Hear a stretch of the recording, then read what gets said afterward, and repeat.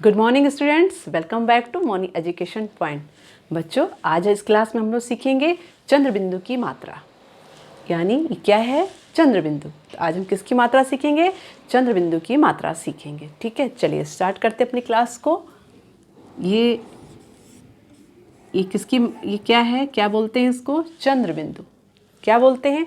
चंद्रबिंदु क्यों कहते हैं? क्योंकि ये चांद की तरह बना होता है और इसके ऊपर एक बिंदु होती है। तो इसकी मात्रा किस तरह से होती है? इस तरह से इसकी मात्रा लगाई जाती है। और जब हम किसी वर्ण के ऊपर इस मात्रा को लगाते हैं, वर्ण के ऊपर मात्रा कहाँ लगाई जाती है? वर्ण के ऊपर जो लाइन खींची होती है, उस लाइन के ऊपर हम इसकी मात्रा लगाते हैं। ठीक, वर्ण के ऊपर जो लाइन खींची होती है, उस लाइन के ऊपर हम इसी मात्रा का प्रयोग करते हैं। और जब इसका हम उच्चारण करते हैं तो कैसे आवाज़ आती है? जैसे हमने बोला कांच, कांच। क्या बोला? कां। तो कैसे आई? हमारा मुंह खुला और नाक से आवाज़ आई ना। इसका उच्चारण जब करते हैं तो हमारे नाक और मुंह, हमारा मुंह क्या है? थोड़ा खुलता है और नाक से आवाज़ आती है। तो इसको हम क्या कहते हैं? अनुनासिक भी कहा जाता है। इसको क्या कहा जाता है? अनुनासिक। जैसे अंक की मात्रा को मैंने बताया था, क्या कहा जाता था उसको? उसमें नाक और मुंह से आवाज़ आती थी, उसको हमने क्या बोला? उसको बोलते थे अनुस्वर। और इसमें नाक और मुंह से आवाज़ आती है, लेकिन बोलते वक्त हमारा मुंह थोड़ा खुलता है और नाक से आवाज़ आती है, तो इसको हम बोलते हैं अनुनासिक। कौन सी मात्रा? अनुनासिक की मात्रा। ठीक है। और ये किसकी? इसको चांद, चंद्रबिंदु क्यों बोलते हैं? क्योंकि चांद की तरह बना होता है और उसके ऊपर एक बिंदु लगी होती है, तो इसको बोलते हैं चंद्रबिंदु। और कहाँ लगती है? इस तरह से, यानी जो लाइन खींची रहती है, वर्ण के ऊपर जो लाइन खींची रहती है, उस लाइन के ऊपर इस मात्रा का प्रयोग किया जाता है। आया समझ में? तो चलिए देखें कौन कौन से वर्ड होते हैं। देखिए, जैसे हमने फ के ऊपर हमने फा के ऊपर हमने लगा दिया इस तरह, तो हमारा क्या बन गया? फा, फान, फा। क्या उच्चारण हो जाएगा हमारा? फा। देखिए, मुंह भी खुला है, नाक से भी आवाज आ रही, तो इसीलिए इसको क्या बोलते हैं? अनुनासिक। तो हमारा क्या शब्द बन जाएगा? ये फांद, है ना। उसके बाद माँ के ऊपर हमने इसकी बिंदी लगा दी, तो क्या बन गया? ये माँ। बोलते हैं ना, माँ। कौन सा शब्द बन गया? माँ। अब माँ के ऊपर लगाई बिंदी और हम एक क्या शब्द बनाएंगे? इसको द लगा देंगे, तो क्या हो जाएगा इसका उच्चारण? मांद। तो समझ में आया बच्चों क्या है?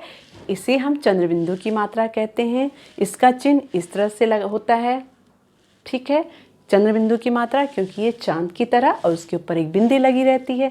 और इसका प्रयोग कहाँ किया जाता है? वर्ण के ऊपर जो लाइन खींची रहती है, उसी के ऊपर इस मात्रा का प्रयोग किया जाता है। और जब इसका हम उच्चारण करते हैं तो हमारा मुंह थोड़ा खुलता है और नाक से आवाज़ आती है, इसलिए इसको हम अनुनासिक भी कहते हैं।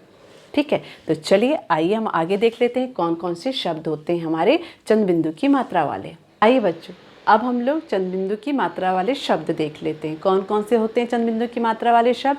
हमने ये तो पहचान लिया कि चंद्रबिंदु क्यों कहते हैं, क्योंकि ये चांद की तरह इसका चिन्ह बना होता है, उसके ऊपर एक बिंदु लगी होती है, तो इसको बोलते हैं चंद्रबिंदु। और इसका प्रयोग कहाँ किया जाता है? इसके प्रयोग वर्ण के ऊपर जो लाइन खींची होती है, उस लाइन के ऊपर हम इसका प्रयोग करते हैं। और जब हम इसका उच्चारण करते हैं तो हमारा थोड़ा मुंह खुलता है और नाक से आवाज़ आती है, तो इसको हम अनुनासिक भी कहते हैं। ठीक है, तो चलिए देख लेते हैं कौन कौन से शब्द हैं। कांटा। क्या है? कांटा। यानी क में आ की मात्रा, ऊपर चंद्रबिंदु लगी है, तो क्या बोलेंगे? इसका उच्चारण कैसे हो जाएगा? कां। क्या हो जाएगा? कां। तो हो जाएगा कांटा। चांटा। देखिए, चां, नाक से भी आवाज़ आ रही, मुंह भी खुला है, तो ये क्या हो जाएगा शब्द? चांटा।